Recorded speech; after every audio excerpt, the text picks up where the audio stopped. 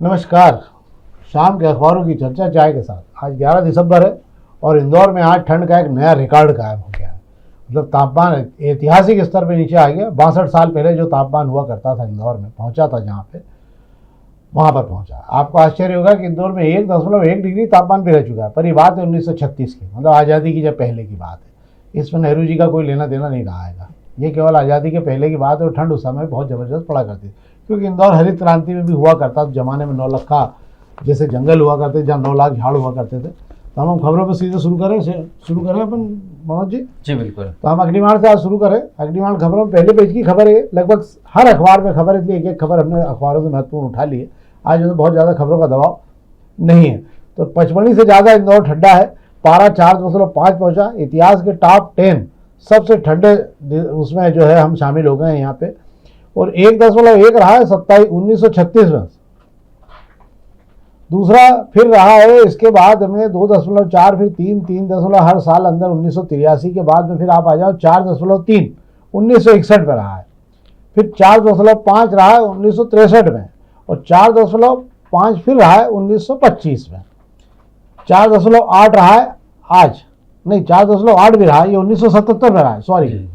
तो आज जो है 4.5 रहा है। अगर टेम्परेचर लगातार शहर में तापमान का क्रम जो है, नवंबर की ठंड, दिसंबर की ठंड जो है नवंबर में बहुत तेजी से आ गई है। मौसम विभाग क्या कह रहा है मुझे नहीं मालूम है। मनोज जी आप क्या कह रहे हैं? मेरा ये पॉइंट था सर कि जिस हिसाब से रात का टेम्परेचर 4.5 तक जा रहा है, दिन में उस हिसाब से ठंडी नहीं है, इसलिए आम जनता भी बड़ी भ्रमित है कि इतना पॉइंट नीचे तक गया है क्या। हालांकि ये देखने में आया कि ये ड्यू पॉइंट जो लगभग रात के 3 बजे रहता है, ऐसे ही पीक पॉइंट जो रहता है दिन के 3 बजे रहता है। तो देयर इज ए डिफरेंस, मतलब एक डिफरेंस है। 20-25 डिग्री के आसपास दिन का तापमान लगातार चल रहा है, वैसे ही रात का तो 20 डिग्री का अंतर है। मतलब ये सावधानी बरतने वाली है कि इतना अंतर एक तापमान में होना कहीं ना कहीं मानव जीवन के लिए हानिकारक होता है। इसलिए स्वास्थ्य का ध्यान रखें। हमने कल भी आपसे आग्रह किया था, कृपा करके आप स्वास्थ्य का ध्यान जरूर रखें। आज मुख्यमंत्री इंदौर में थे। पंडित गोलू शुक्ला जी के यहाँ विवाह है और आज शाम को उनके यहाँ शादी है उनकी बेटी की। बेटा जो है वो भी इंदौर के, बेटा बेटी सब इंदौर के ही हैं। मतलब बेटा जो उनके बेटे की शादी है, बेटी की जो है उनके यहाँ बारात आ जानी है। और आज मुख्यमंत्री सवेरे आ गए क्योंकि उनको बेंगलुरु जाना था। तो मुख्यमंत्री आज बधाई देने आए थे। रबड़ी सब सूत के मुख्यमंत्री वहाँ से निकल गए हैं और शाम को जो है भव्य आयोजन है गोलू शुक्ला जी के यहाँ पे। पर मुख्यमंत्री इंदौर में पत्रकारों के साथ बातचीत करते करते बहुत सारी बातें बता गए। एक तो उन्होंने कहा कि इंदौर जो मेट्रोपॉलिटन बन रहा है, इसके अलावा जबलपुर और आपके ग्वालियर में भी मेट्रोपॉलिटन शहर को लेकर तस्वीर बदलने का एक प्रयास उन्होंने शुरू किया। निश्चित रूप से मुख्यमंत्री का प्रयास तो बहुत बेहतर है। ये जमीन पर कहाँ तक उतरेगा मुझे नहीं मालूम और कितने समय में उतर जाएगा, ये बहुत बड़ी बात है। और एक खबर सोशल मीडिया पे चल रही है कि सागर के किसी कार्यक्रम में उनसे जुड़े हुए एक मंत्री ने कहा है कि 1750 रुपये जो है हो जाएंगे लाडली बहनाओं के। ये भी अच्छी खबरें हैं, जो हो जाए तो बहुत अच्छी बात है। 2000 तक ये क्रम जा सकता है। हालांकि ये सब मामला कर्ज पे ही चल रहा है, तो अच्छी बात है। क्या मनोज जी? इसमें फिर देखेंगे बातों ही बातों में इंदौर उज्जैन फिर से आ गया, जैसा कि हमने कल बात की थी। इस एक्सप्रेस हाईवे में भी 2 सड़कें ऐसी है जो इंदौर उज्जैन और इंदौर उज्जैन भोपाल के लिए है। कहीं ना कहीं मुख्यमंत्री जी का इंदौर और उज्जैन के बीच में कनेक्टिविटी बढ़ाने का विशेष प्रेम भी लग रहा है हमको। निश्चित रूप से देखते हैं। कार्यक्रम बहुत सारे हैं और उन्होंने बहुत सारी जानकारी दी है। 6 लेन और 4 लेन ग्रीन फोल्ड कॉरिडोर वगैरह सब बनाने की बातें कही। कृषि मंडियों को लॉजिस्टिक जोन्स बनाने के लिए भी कहा है उन्होंने। आज काफी देर रुके पत्रकारों से, बहुत अच्छे से बातचीत की। वैसे पत्रकारों से बहुत अच्छे से बातचीत करते हैं। ये तो थी अग्निमाण खबर। हम दोपहर की खबरों की बात कर लें। दोपहर के पहले पेज की खबर की बात कर लेता हूँ मैं आपसे। शहर की खबरें आज ठंड से भरे पड़े हैं अखबार, इसलिए शहर में लगभग पहले पेज की बात इसलिए कर लेता हूँ कि 5 सालों के अंदर बैंकों ने अपने खातों से 6,15,000 करोड़ रुपए धरना सेठों को जो पैसे दिए थे, जो वापसी आने की कोई गुंजाइश थी। मतलब बड़े घराने, जो उच्च घरानों ने उद्योगों के लिए, कहीं एक जमीन लेकर कारोबार डालने के लिए 2000 की जमीन लेकर 20,000 रुपये तक का कर्ज उठा लिया और वो नहीं मिल हो पाया, बैंकों से वसूल नहीं हो पाया, तो बैंकों ने उसको वहाँ अपनी बैलेंस शीट से हटा के उसको बट्टे खाते में डाल दिया। बैलेंस शीट से इसलिए हटाते थे, बैलेंस शीट साफ सुथरी दिखती है इससे कि हमारा कोई लेना देना नहीं है, बाकी वो पैसा वसूल होता है तो ठीक है, नहीं होता तो वो जाने। और इससे बैंकों को बहुत नुकसान हो गया कि उनको विकल्प में इतने पैसों की और व्यवस्था करना पड़ती है। ये सब पैसा कौन सा होता है? जो हमारा और आपका टैक्स का पैसा होता है, जो सरकार देती है खड्डे को पूरा करने के लिए। तो 6 लाख करोड़ रुपए से ज़्यादा का मामला जो है लोगों तक जा चुका है। इसको अपन यूँ ही बोल सकते हैं कि अगर ये पैसा आपका वसूल हो जाता तो इस 6 लाख करोड़ किसको कहते हैं? 6 करोड़ लोगों को रोजगार दिए जा सकते हैं, 6% GDP बढ़ाई जा सकती है 6 लाख करोड़ से। और इसके अलावा ये लोकसभा में जानकारी दी वित्त राज्य मंत्री जी ने, पंकज चौधरी जी ने जानकारी दी, और उन्होंने साथ में ये भी बताया कि 5 करोड़ से ज़्यादा मामले हुए धोखाधड़ी के, जिसमें बैंकों के 3000 करोड़ डूब चुके हैं, और इसमें से केवल 288 करोड़ ही बैंक वसूल कर पाई हैं जो धोखाधड़ी हुई थी उसके अंदर।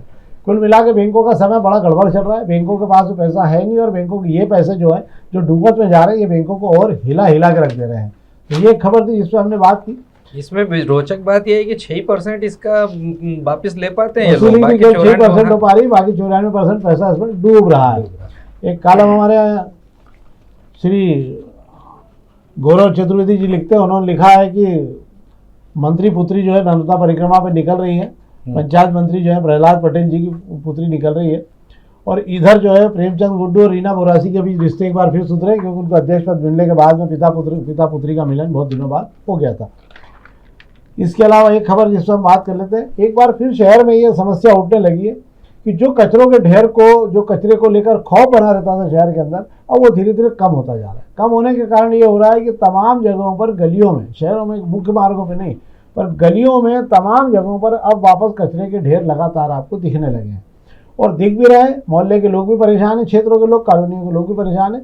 शिकायत के बाद भी कचरा 2-2, 8-8, 2-2, 4-4, 6-6 दिन तक कचरा पड़ा हुआ है, जिसको उठाने को तैयार नहीं होता है। विवाद ये है कि उस कचरे को न तो नगर निगम की गाड़ी उठाने को तैयार होती है, और न उस कचरे को आप गाड़ी में डाल सकते हो, तो लोग अपने घरों के बाहर कहीं भी बाहर फेंक फाँक देते हैं।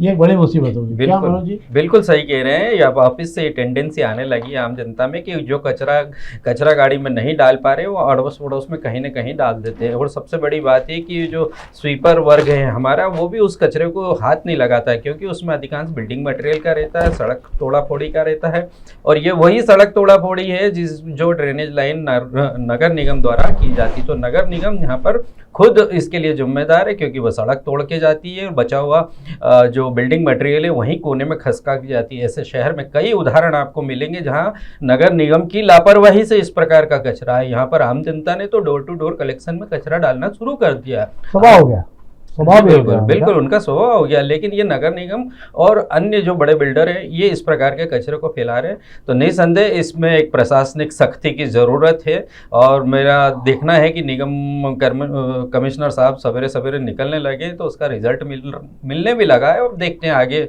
और कचरे के ढेर कैसे साफ होते हैं। फिलहाल कचरे का ढेर बढ़ते दिखाई दे रहे हैं। हाँ, तो 2-4 जगह कार्रवाई जब तक नहीं होगी, इस पर कोई सख्ती नहीं होगी, जब तक कि कचरे के ढेर तमाम जगहों पे बनते रहेंगे। खासकर खाली प्लाट पे भी लोग आजकल देख ले तो मौका देख के रात को ऐसा फेंक के चले जाते हैं।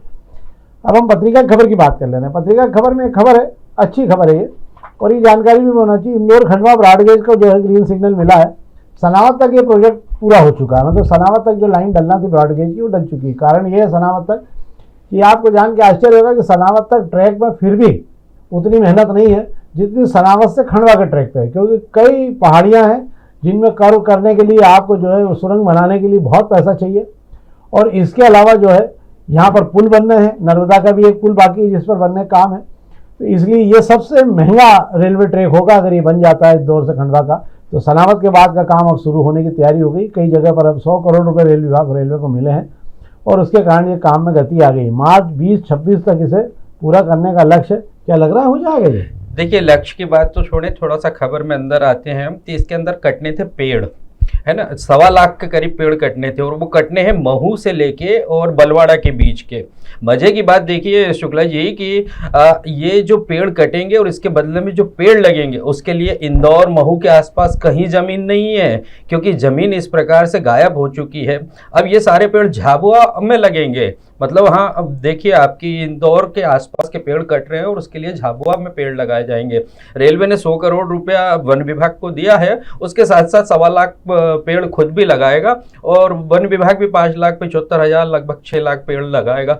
मोटा मोटी अनुमान ये है कि वहाँ 10 लाख पेड़ कटने थे। इन्होंने इस प्रकार से उसको देखा कि कम पेड़ कटे। हालांकि अगर ये परियोजना जो कि वन विभाग ने क्लियर कर दिए तो इससे ये कितने ही सालों वाला पुराना प्रोजेक्ट अब सुचारू रूप से चालू होने की संभावना 1-2-4 साल में दिखती नजर आ रही है। अब मुझे लगता है, मैं तो नहीं खैर अब तक ज़्यादा समझता, मुझे लगता है बुलेट ट्रेन जैसा ट्रैक ऊपर से बना देना था, नीचे हड़ काटने की जरूरत ही नहीं पड़ती, सीधा सीधा ऊपर ही ऊपर ट्रेन निकल जाती है। आजकल सब जगह पे ये हो रहा है। बिल्कुल साहब, ऐसा 6 लाख झाड़ बचाए जा सकते हैं, तो मुझे बिल्कुल। लगता है, ये मैं सोचता हूँ, ऐसा मेरा मानना आपका है। सोचना उचित है, क्योंकि कोंकण रेलवे ने ये कमाल करके दिखाया है। हाँ यस, ये भी बात एक मॉडल बना जा सकता है कि अगर 6 लाख पेड़ बचाने के लिए कोंकण रेलवे के मॉडल को अपनाया जाए तो भी काफी झाड़ बचाए जाते हैं। 6 लाख झाड़ लगाकर खड़े करना एक पीढ़ी का काम नहीं है सर, इसमें भ्रष्टाचार का पूरा खेल होगा उसमें। दूसरी पीढ़ी पूरी लगेगी। इसमें और कोई खबरें है नहीं, इसमें ये 2 खबर थी। अब हम प्रभात खंड खबर की बात करें। प्रभात खंड में आज पहले पेज पे खबर है, तो चौंकाने वाली खबर है कि शिवराज जी के क्षेत्र में, तो मामा के क्षेत्र में लोग, किसानों ने इच्छा परिवार, जो परिवार है, उन लोगों ने जो इच्छा मृत्यु मांगी है कि उनको जमीन का सही मुआवजा नहीं मिल रहा। मामा के क्षेत्र में सेंध, ये कैसे हो रहा है यार? ये फिर वही मामला है, रेलवे का मामला है। रेलवे प्रोजेक्ट के लिए वो किसानों की जमीन अधिग्रहण का है। देखिए, जमीन का जो अधिग्रहण का मूल्य है वो किसान के अनुसार 65 लाख रुपए एकड़ है, और रेलवे उन्हें केवल 8 लाख या 6 लाख ऐसे ही कुछ दे रहा है। और उसका किसान का ये कहना है कि मेरा 21 लोगों का परिवार है, इससे क्या होगा, इतने पैसे में तो मुझे दूसरी जमीन नहीं मिल रही, जमीन के बदले जमीन भी दे दे तो कोई खेती कर लेगा। पर ये सबसे बड़ी विचित्र बात है कि हमारे देश के कृषि मंत्री के क्षेत्र में, वो खुद कृषक हैं, ऐसी पीड़ा भरी खबर हमारे सामने आ रही है, जो कि एक प्रकार से कहीं न कहीं प्रश्न चिन्ह लगाती है। तो छोटे मामा सुनाई नहीं कर रहे हैं क्या इस मामले में? छोटे मामा से बात करना चाहिए, लोगों को जाना तो चाहिए वहाँ, क्या दिक्कत है? जी बिल्कुल सही कह रहे हैं।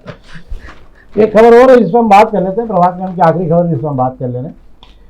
एक तो कल आपने देखा होगा कि एक क्षेत्र में सड़क नहीं बन पा रही 6 महीने से, तो क्षेत्र के लोगों ने ठेकेदार का पंचनामा बना के सौंप दिया कि भैया शपथ पत्र भरवाया जाए। इससे एक व्यवस्था और हो गई कि एक सैकड़ों पेड़ों की अवैध कटाई का मामला था, पंचायत ने खुद ही पंचनामा बना लिया, ट्रैक्टर ट्रालियां खुद जब्त कर ली गाँव के लोगों ने, और उन्होंने कहा कि जब तक ये झाड़ का मामला नहीं होगा, इसका निराकरण नहीं होगा अवैध पेड़ों कटाई का, जब तक ये मामले पे कोई वो आगे कदम नहीं बढ़ाने देंगे। प्लेथिको फार्मास्यूटिकल के लिए पास सरकारी कागड़ में करोड़ों की जमीन है, जिसको लेकर ये पूरा मामला है, जहाँ पर यूकोलिप्टिस के पेड़ काट काट के ले जाए जा रहे थे। क्या मामला है? मामला प्लेथिको फार्मास्यूटिकल की जो पास की जमीन है वहाँ के पेड़ का है। पर शुक्ला जी, इसमें बहुत बढ़िया बात यह है कि पंचायत ने पहली बार इस प्रकार का कार्य करा। मेरा मानना है कि राजीव गांधी सरकार ने जब पंचायती राज को सोचा होगा तो यही सोच करके इसको इम्प्लीमेंट किया होगा कि पंचायतों तक अगर अधिकार पहुँचेंगे तो उन अधिकारों का सदुपयोग होगा, आम जनता जुड़ी रहती है। हालांकि बीच में जो दौर आया उसमें सरपंच भी वो भ्रष्टाचार में लिप्त हो गए, पत्नियों को सरपंच बना दिया और पत्नी की जगह पति ही सिस्टम को चला रहा है। इतना बढ़िया पंचायती राज सिस्टम जिससे ग्रास रूट लेवल पर समस्याओं को सुधार किया जा सकता है, इसका एक अनुकरणीय उदाहरण ये सामने आपके आया है। तो ये तो थी खबरें जो हमने आपको दी। शहर में आज कोई बड़ी खबरों का दबाव नहीं है, सब सामान्य खबरें। शहरों पर यह है कि ठंड का मामला आज शहर में चर्चा में, ये ठंड लग क्यों नहीं रही थी लोगों की। मनोज जी ने बता ही दिया कि दिन का तापमान यथावत हो जाता है, क्योंकि एक निर्धारित समय पर, मतलब 2 से 3 के बीच में टेम्परेचर अगर कम हो रहा है तो वापस उसके बाद बढ़ना शुरू हो जाता है, और सवेरे आते आते तक वापस, शायद इसे ड्यू पॉइंट कहते हैं। और इसे ड्यू पॉइंट के कारण जो है दिन में जब तक लोग सो के उठते हैं, जब तक उनको टेम्परेचर वापस यथावत वही मिलता है जो सवेरे हुआ करता है। इसलिए जो है ठंड नहीं लग पा रही और महसूस भी नहीं हो रही। मुझे लगता है कि 1-2 दिन में मौसम विभाग के अनुसार अभी 2-1 दिन ठंड का मामला ऐसा रहेगा। तो आप अपने स्वास्थ्य का भी ध्यान रखें। हमारा आग्रह है कि इस कार्यक्रम को अधिक से अधिक लोगों तक पहुंचाएं और अधिक से अधिक देखें। बहुत बहुत धन्यवाद।